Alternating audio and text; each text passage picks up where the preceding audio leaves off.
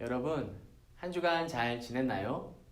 덥고 습한 날씨에 공부하며 많이 지치고 힘들었을 텐데 7월의 첫 주일, 우리가 하나님께 찬양하며 예배드릴 때 하나님이 주시는 새 힘으로 회복하는 여러분들이 다 되기를 소망합니다.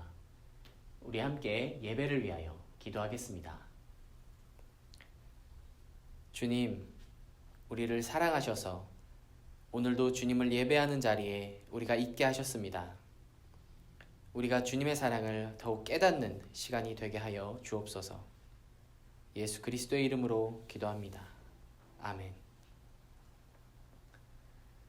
지난주 우리는 하나님이 야곱을 사랑하셔서 그가 태어나기도 전에 이미 하나님의 택하심을 받았고 그의 모든 삶에 간섭하시며 그를 이끄셨다는 사실을 함께 살펴봤습니다.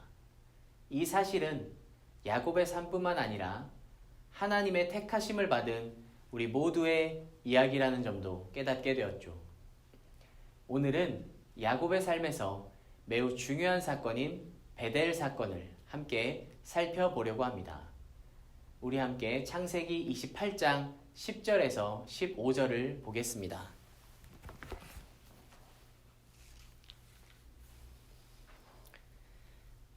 야곱이 브엘세바에서 떠나 하란으로 향하여 가더니 한 곳에 이르러는 해가 진지라 거기서 유숙하려고 그곳에 한 돌을 가져다가 베개로 삼고 거기 누워 자더니 꿈에 본즉 사닥다리가 땅 위에 서 있는데 그 꼭대기가 하늘에 닿았고 또 본즉 하나님의 사자들이 그 위에서 오르락 내리락 하고 또 본즉 여호와께서 그 위에 서서 이르시되 나는 여호와니 너의 조부 아브라함의 하나님이요 이삭의 하나님이라. 내가 누워있는 땅을 내가 너와 내 자손에게 주리니 내 자손이 땅의 티끌같이 되어 내가 서쪽과 동쪽과 북쪽과 남쪽으로 퍼져나갈지며 땅의 모든 족속이 너와 내 자손으로 말미암아 복을 받으리라. 내가 너와 함께 있어 내가 어디로 가든지 너를 지키며 너를 이끌어 이 땅으로 돌아오게 할지라. 내가 내게 허락한 것을 다 이루기까지 너를 떠나지 아니하리라 하신지라.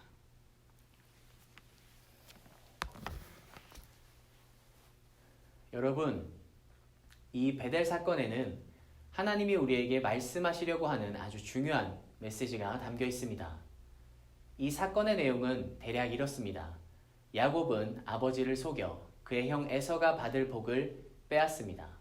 이 일로 인하여 에서가 야곱을 죽이려고 하자 야곱은 외삼촌 라반의 집으로 도망칩니다. 라반이 사는 하란으로 가는 도중에 어떤 곳에 이르러 야곱은 돌을 베고 잠이 듭니다. 꿈에서 한 사다리를 마주하게 되는데 하나님의 천사들이 사다리를 오르락 내리락 하는 모습을 보게 됩니다. 그리고 그 사다리 위에 하나님이 서 계시는 모습도 보게 되죠. 잠이 깬 야곱은 여기 하나님이 나와 함께 계셨는데 내가 몰랐구나 라며 두려워하고 그곳을 하나님의 집이라는 의미의 베델이라고 이름을 짓습니다. 우리가 이 사건에서 먼저 깨달아야 하는 중요한 사실은 하나님이 서 계신 곳을 야곱이 찾아 올라간 것이 아니라 그가 있는 곳으로 하나님이 야곱을 찾아 내려오셨다는 사실입니다. 야곱을 만나기 위하여 사다리를 놓으시고 그를 찾아 내려오신 하나님. 이 모습이 하나님과 우리의 만남입니다. 우리가 하나님을 찾기 위하여 높은 곳으로 올라가는 것이 아니라 낮은 곳으로 하나님이 우리에게 내려오셨습니다. 그렇다면 여러분, 이 사건에서 우리가 주의 깊게 살펴봐야 할 부분은 어디일까요?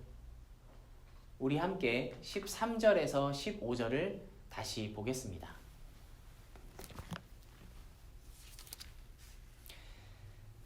또 본즉 여호와께서 그 위에 서서 이르시되 나는 여호와니 너의 조부 아브라함의 하나님이요 이삭의 하나님이라. 내가 누워있는 땅을 내가 너와 내 자손에게 주리니 내 자손이 땅의 티끌같이 되어 내가 서쪽과 동쪽과 북쪽과 남쪽으로 퍼져나갈지며 땅의 모든 족속이 너와 내 자손으로 말미암아 복을 받으리라.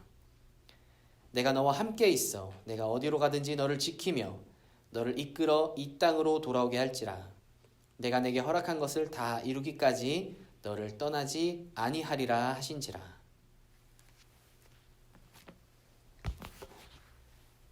여러분, 하나님이 아브라함에게 복을 약속하시며 그에게 하신 말씀과 비슷하죠? 그런데 아브라함에게 하신 약속과는 조금 다른 부분이 있습니다. 우리 함께 15절을 다시 한번 볼까요? 내가 너와 함께 있어 내가 어디로 가든지 너를 지키며 너를 이끌어 이 땅으로 돌아오게 할지라. 내가 내게 허락한 것을 다 이루기까지 너를 떠나지 아니하리라 하신지라. 여러분, 어떤 부분이 가장 눈에 띄나요? 내가 너와 함께 있어. 내가 어디로 가든지 너를 지키며 너를 떠나지 아니하리라. 네, 모두 은혜로운 하나님의 말씀이지만 야곱의 삶을 우리에게 보여주시며 하나님이 말씀하시려는 메시지를 가장 잘 담고 있는 부분은 너를 이끌어 이 땅으로 돌아오게 할지라입니다. 여러분, 성경에서 이야기하는 야곱의 삶을 살펴보며 우리는 몇 가지 질문을 해볼 수 있습니다. 하나님이 야곱을 택하셨는데 그럼 왜 처음부터 그를 장자로 태어나게 하시지 않았을까? 그랬다면 야곱이 형에게서 장자의 명분을 얻으려고 비겁한 짓까지 하지 않아도 되었을 텐데, 그리고 야곱이 장자의 명분을 얻게 하실 거라면 그의 삶을 평안하게 해주시면 좋았을 텐데 왜 생명의 위협까지 느끼며 도망 다니는 삶을 살게 하셨을까? 도망 다니는 삶을 살게 하시고는 꿈에 나타나 야곱을 만나주신 일은 또 어떤 이유일까? 여러분, 하나님은 왜 야곱에게 이 땅으로 돌아오게 할지라 라고 말씀하셨을까요? 하나님이 야곱과 함께 하시며 그를 지키시고 이끄시며 결국 다시 이 땅으로 돌아오게 하실 것이라면 지금은 왜 그냥 가도록 하시는 것일까요? 그에게 가나안 땅을 주실 것이라면 왜 하란으로 가게 두시며 너를 이끌어 이 땅으로 돌아오게 할지라 라고 말씀하셨을까요? 하나님이 야곱을 다시 가나안으로 이끄시겠다고 말씀하셨으니 결국 야곱은 이 땅으로 돌아오게 될 것입니다. 그러나 그가 돌아오기까지 얼마나 힘든 삶을 살아야 했는지 모릅니다. 에서가 자신을 죽일까 두려워 도망치고 그를 피해갔던 하란에서도 외삼촌 라반과 서로 갈등하고 결국 야곱은 하란에서 다시 길을 떠납니다. 고향으로 돌아올 때는 에서가 자신을 죽이지는 않을까 걱정하며 몹시 두려워했습니다. 심지어 그의 삶의 마지막 무렵에는 약속의 땅이 아니라 낯선 땅 애굽에서 살아야 했습니다. 야곱은 왜 이렇게 힘들고 어려운 삶을 살아야만 했을까요? 하나님은 야곱의 삶에 계속 간섭하십니다. 야곱이 그의 마음을 돌이킬 수 있도록 자신이 저지른 잘못을 깨닫게도 하시죠. 하나님이 야곱에게 어떻게 하셨는지 우리 함께 창세기 27장과 37장에 나오는 이야기를 살펴보려고 합니다. 창세기 27장에는 야곱이 형 에서가 받을 복을 가로챈 사건이 나옵니다. 그들의 아버지 이삭이 죽기 전 에서에게 마지막으로 축복할 것을 알게 된 야곱은 그 복을 빼앗기 위하여 마치 자신이 에서인 것처럼 꾸밉니다. 에서는 원래 털이 많은 사람이고 야곱은 매끈한 사람이라서 야곱이 에서의 모습처럼 꾸미려면 털이 있어야 했습니다. 그래서 야곱은 손과 목에 짐승의 가죽을 붙입니다. 성경은 16절에서 또 염소 새끼의 가죽을 그의 손과 목에 매끈매끈한 곳에 입히고 라고 말하며 야곱이 아버지 이삭을 속이기 위하여 염소를 죽여 그 가죽을 붙이고 이삭에게 갔다는 사실을 우리에게 알려줍니다. 아버지 이삭을 속여 에서의 복을 가로챈 야곱은 시간이 지나 자신의 아들들에게 비슷한 일을 당하게 됩니다. 야곱의 아들들이 그들의 형제 요셉을 애굽의 상인들에게 노예로 팔고 이 일을 감추기 위하여 요셉의 옷에 짐승의 피를 묻혀 야곱에게 가져갑니다. 그리고 우리가 이것을 발견하였으니 아버지 아들의 옷인가 보소서라고 말합니다. 피 묻은 요셉의 옷을 보고 야곱은 사랑하는 아들 요셉이 짐승에게 해를 당했다고 생각하여 오랜 시간을 슬퍼하며 지냅니다. 이때 요셉의 옷에 묻은 피가 바로 염소의 피입니다. 예전 아버지 이삭을 속이기 위하여 야곱이 죽인 염소가 지금은 야곱의 아들들이 야곱을 속이는 재료가 된 것입니다. 야곱이 아버지 이삭을 속인 것처럼 그의 아들들이 야곱을 속인 것이죠. 여러분, 야곱이 마음이 어땠을까요? 그는 온 마음이 무너져 내렸을 것입니다. 자신이 저지른 잘못이 결국 가장 큰 슬픔으로 다시 돌아오게 되었으니 말입니다. 그러나 여러분, 이렇게 자신이 저지른 잘못을 깨닫는 것이 복입니다. 야곱은 상상할 수 없는 아픔을 겪었을 것입니다. 잠이 오지 않을 정도의 고통을 매일 당했을 것입니다. 그러나 여러분, 기억하십시오. 이런 삶의 과정이 있었기에 야곱은 자신의 잘못을 깨닫고 하나님의 사람으로 빚어져 가게 됩니다.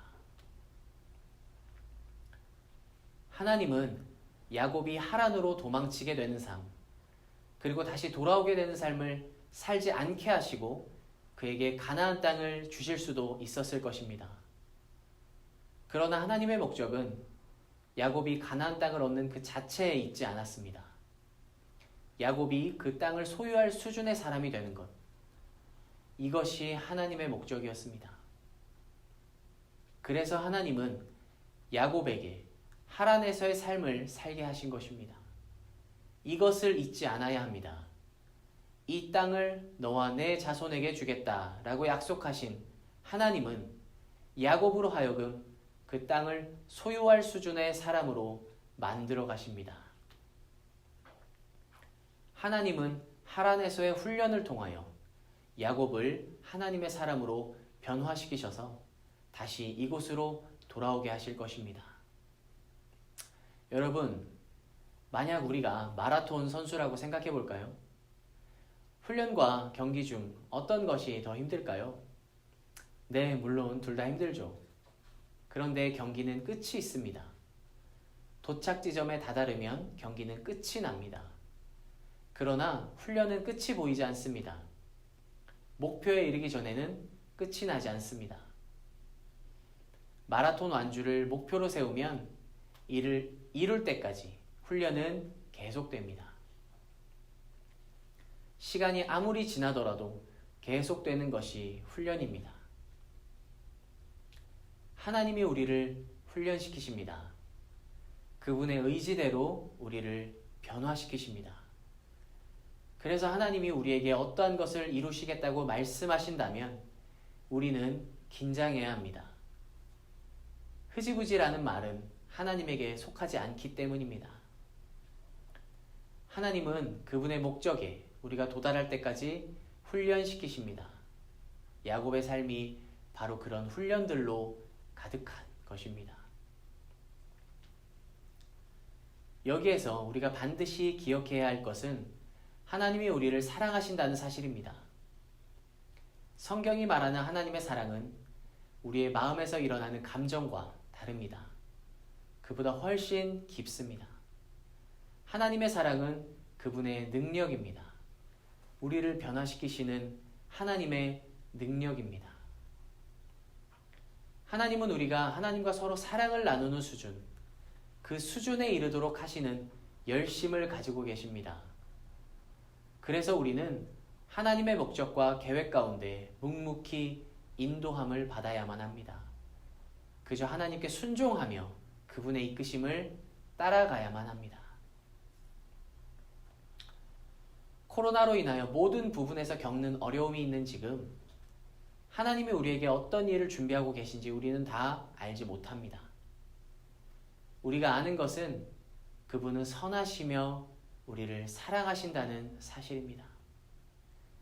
이 사실이 우리로 하여금 끝이 보이지 않는 어려운 현실을 견디게 합니다. 우리에게 어떤 일이 벌어지더라도 결국 우리에게는 복이며 모든 것이 합력하여 선을 이룰 것이라는 하나님의 말씀을 잊지 않아야 합니다. 야곱의 삶을 이끌어 가시는 하나님을 보며 우리가 감사함을 갖게 되는 것은 우리의 삶이 지금 막 하란을 향해 길을 떠난 야곱의 여정과 비슷하기 때문입니다. 베델 사건은 야곱의 삶의 여정에서 끝이 아니라 시작입니다. 그는 베델에서 시작하여 하란까지 20년 동안 많은 고생을 하며 살아갑니다. 그리고 사랑하는 아들 요셉을 잃어버리는 아픔까지 겪게 됩니다. 그의 삶의 끝 무렵에는 기근 때문에 낯선 땅인 애굽까지 내려가게 됩니다. 목적지에 다다르기까지 하나님이 우리가 어떤 길을 걷게 하실지 우리는 아직 모릅니다. 그러나 하나님이 야곱을 빚어가셔서 결국 그가 담대한 믿음의 자리에 이른다는 사실을 보며 우리는 용기를 얻습니다. 여러분, 결국 야곱이 어떤 모습으로 달라져 있는지 함께 볼까요? 창세기 47장에서 잃어버린 아들 요셉이 애굽의 총리가 되어 아버지 야곱을 애굽으로 불러 그들은 다시 만나게 됩니다. 이때 요셉은 야곱을 바로에게 소개하죠. 그런데 흥미로운 장면이 나옵니다. 성경은 7절에서 이렇게 말하고 있습니다. 요셉이 자기 아버지 야곱을 인도하며 바로 앞에 서게 하니 야곱이 바로에게 축복하매. 우리는 이 부분을 그냥 지나쳐 버릴 수도 있습니다. 그러나 여러분, 바로가 어떤 인물입니까? 바로는 전 세계의 권력을 다 합친 것보다 더 막강한 힘을 가진 사람입니다. 그런데 지금 누가 누구를 축복하고 있나요?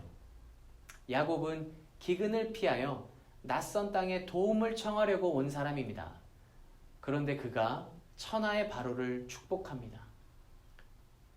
바로는 황당했는지 야곱에게 네 나이가 얼마냐? 라고 묻습니다.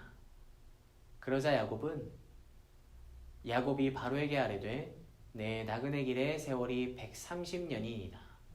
내 나이가 얼마 못되니 우리 조상의 나그네 길의 연조에 미치지 못하나 험악한 세월을 보내었나이다. 라고 말하며 바로에게 다시 축복하고 그 자리를 떠납니다. 여러분 놀랍지 않습니까? 야곱이 얼마나 담대해졌는지 모릅니다. 천하의 바로도 야곱에게는 그리 두려움의 대상이 아니었던 것입니다. 야곱이 이 담대함의 자리까지 인도함을 받습니다. 속이는 자, 빼앗는 자였던 야곱, 그 소심한 야곱이 이렇게 담대한 야곱으로 바뀌게 된 이유가 무엇일까요? 그가 지금까지 걸어온 모든 삶 가운데 하나님이 그를 인도하시며 그의 의지를 꺾으시고 그를 항복시키시는 모든 과정에서 길러진 것입니다. 야곱은 이 자리까지 하나님의 부르심을 받으며 온 것입니다. 이제 말씀을 마치려고 합니다. 우리는 살아가며 어떤 것에 감사해야 할지, 어떤 것을 걱정해야 할지 잘 모를 때가 있습니다. 감사해야 할 일이 많아도 걱정만 하며 살 때도 있습니다. 야곱의 삶을 살펴보며 감사한 마음이 드는 것은 그의 삶이 우리의 삶과 다르지 않기 때문입니다. 마침내 하나님은 야곱을 담대한 믿음의 사람으로 변화시키시듯 우리에게서도 하나님과 같은 분은 없습니다. 제가 하나님을 사랑합니다. 이제 그 무엇도 두렵지 않습니다. 하나님만이 제 전부이십니다. 라는 고백을 반드시 받아내시고야 말 것입니다. 여러분, 야곱의 삶을 이끄신 하나님의 열심을 기억하시기를 바랍니다.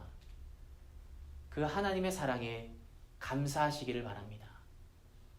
오직 우리에게는 하나님밖에 없다고 고백하는 삶, 그 삶을 우리가 살기를 바랍니다.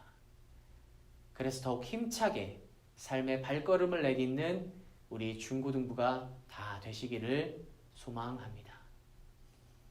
우리 함께 기도하겠습니다. 주님, 오늘도 주님의 사랑을 깨닫습니다. 그 능력을 깨닫습니다. 우리를 택하시고 부르셔서 이 자리에 있게 하신 주님, 주님의 그 이끄심을 인정하게 하여 주옵소서. 우리를 변화시키시는 주님의 사랑, 그 능력을 붙잡게 하여 주옵소서.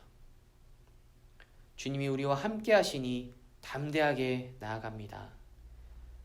모든 걱정과 염려 주님 앞에 내려놓고 오직 주님만 의지하며 나아갑니다. 주님만을 바라보게 하여 주옵소서. 우리의 삶을 간섭하시며 훈련시키시는 주님을 인정하게 하여 주옵소서. 우리를 향한 주님의 열심을 더욱 깨닫게 하여 주옵소서. 우리를 사랑하셔서 십자가를 지신 우리 주 예수 그리스도의 이름으로 간절히 기도드립니다. 아멘. 주기도문으로 예배 마치겠습니다. 하늘에 계신 우리 아버지여, 이름이 거룩히 여김을 받으시오며 나라가 임하시오며 뜻이 하늘에서 이루어진 것 같이 땅에서도 이루어지이다. 오늘 우리에게 일용할 양식을 주시옵고 우리가 우리에게 죄 지은 자를 사하여 준 것 같이 우리 죄를 사하여 주시옵고 우리를 시험에 들게 하지 마시옵고 다만 악에서 구하시옵소서. 나라와 권세와 영광이 아버지께 영원히 있사옵나이다. 아멘. 중고등부 광고입니다. 대전에서 코로나 확산이 계속되고 있습니다. 여러분 모두 건강에 유의하시고 걱정과 염려보다 주님이 주시는 평안을 누리며 주님의 보호 아래 안전한 우리 중고등부가 다 되기를 소망합니다. 오늘도 함께 해줘서 고맙고 주님의 사랑과 주님의 이름으로 축복합니다.